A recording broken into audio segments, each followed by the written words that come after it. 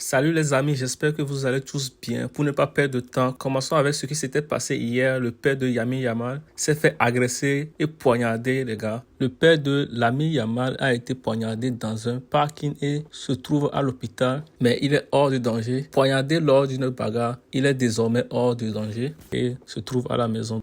Donc une bonne nouvelle pour le père de Lamine Yamal. On lui souhaite évidemment un prompt rétablissement. Continuons avec Yamal. Malgré la mauvaise nouvelle d'hier soir, il s'est entraîné aujourd'hui avec ses coéquipiers. Le vestiaire a soutenu Lamine aujourd'hui après ce qui s'est passé avec son père hier. Donc des beaux gestes des coéquipiers de Lamine Yamal.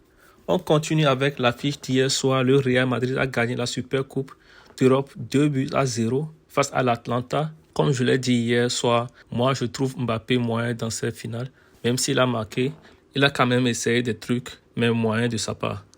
On peut voir sur l'image Jude Bellingham et Vinicius ont repris la célébration de Mbappé après son but. Jolie photo de Mbappé, Vini et Jude Bellingham. On continue avec Kylian Mbappé sur son but hier soir. Il a dit « Mes coéquipiers font attention à mes mouvements ». Et c'est ce que Jude a fait. Il a d'abord couru à gauche, puis il est revenu sur sa droite. Donc ma course a changé. J'ai fait une feinte de course. Jude a délivré une super ballon, la classe. C'est ce que Mbappé a dit sur son but et sur ses coéquipiers. On reste sur Mbappé, il a dit après le match « J'attendais ce moment depuis très longtemps, jouer avec ce maillot pour se supporter. C'est un grand moment pour moi. Je suis très content, mais s'il y a toujours des choses à améliorer, j'en suis conscient. Oui, je suis d'accord avec Kylian, il est dans sa phase d'adaptation. Il doit améliorer beaucoup de choses, s'intégrer dans l'équipe du Real Madrid.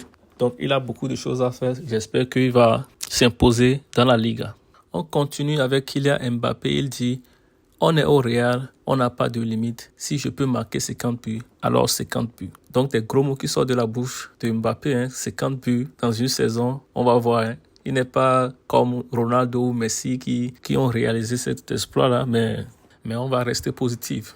On continue avec Jude Bellingham. Il a été élu homme du match hier soir. Totalement d'accord. Jude Bellingham a fait un match exceptionnel.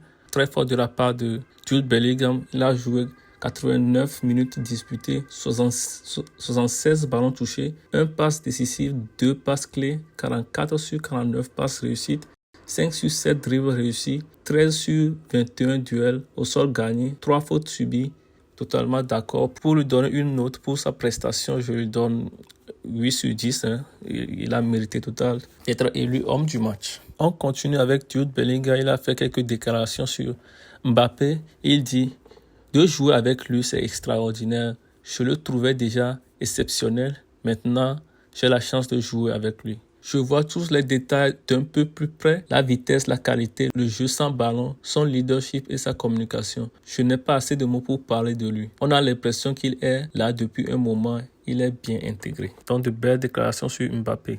On continue avec Fede Valverde. Après son match hier soir, il a fait un hommage à Toni Kroos. Il a pointé son doigt sur le numéro 8.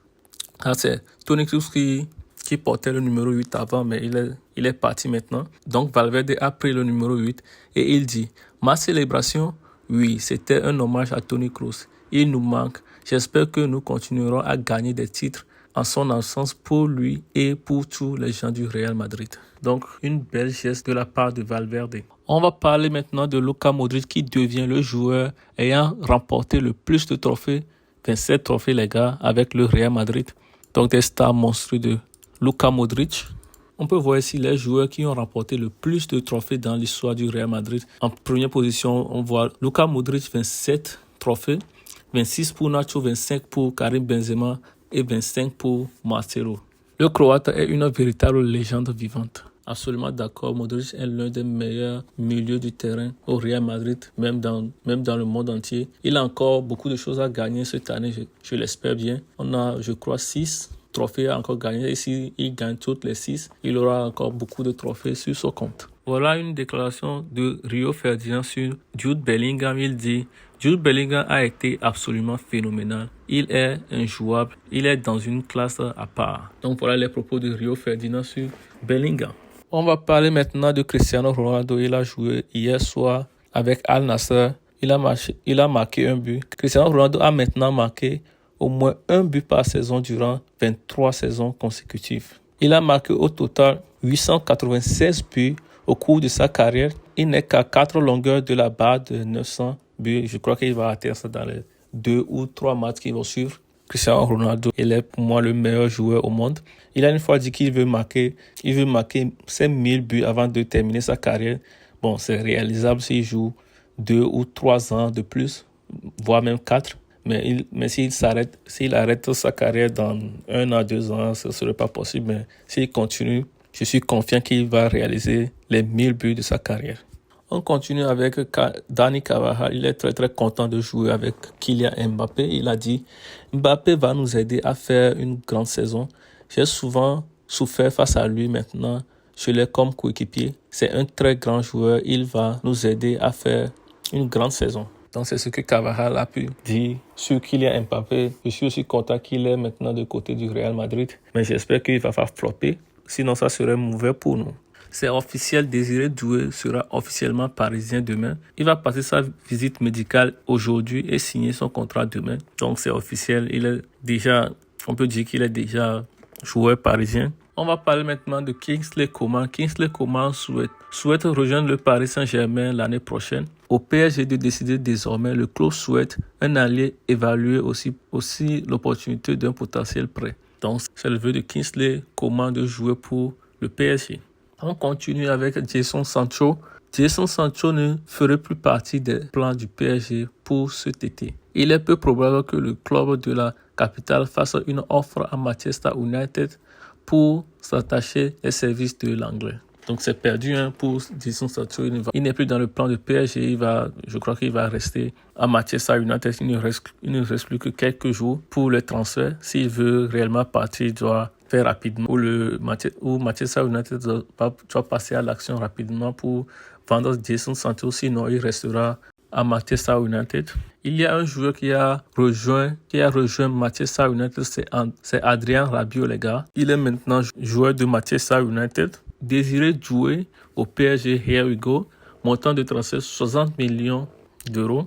On continue avec Harry Maguire.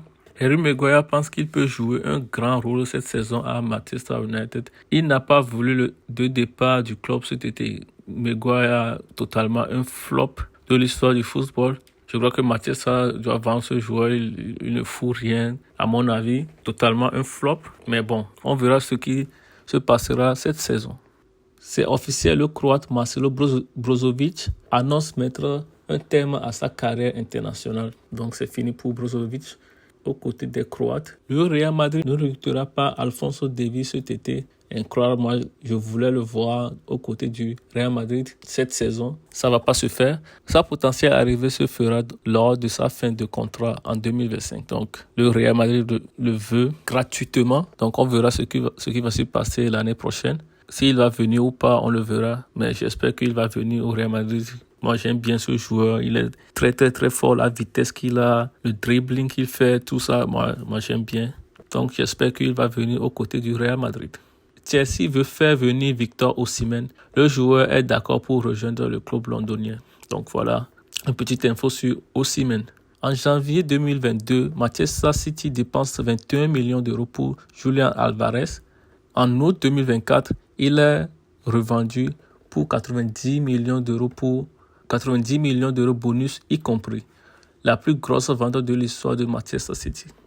On sait que Alvarez est maintenant du côté de l'Atlético Madrid. Donc on peut voir l'argent que ce joueur a amené à Manchester City, une grosse somme, à peu près 70 millions d'euros de profit pour le Manchester City.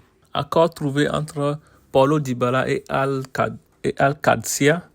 Le club saoudien va déclencher sa clause libératoire de 12 millions d'euros, contrat de 3 ans, salaire de 15 millions d'euros par an. Donc c'est pas encore officiel, mais c'est fort probable que Dybala va signer pour l'Al-Qadsia.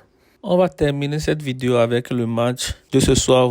Vous le savez bien, la Ligue A va commencer ce soir. 2 affiches ouvrent le bal pour lancer cette nouvelle campagne. Le programme du jour, Athletic Club 19h face à Getafe CF, Real Betis 21h30 face à Girona. Donc voilà les matchs qui vont se dérouler ce soir. C'est tout pour aujourd'hui. Merci d'avoir suivi la vidéo. Abonnez-vous si ce n'est pas encore fait et on se retrouve bientôt dans une autre vidéo. Ciao.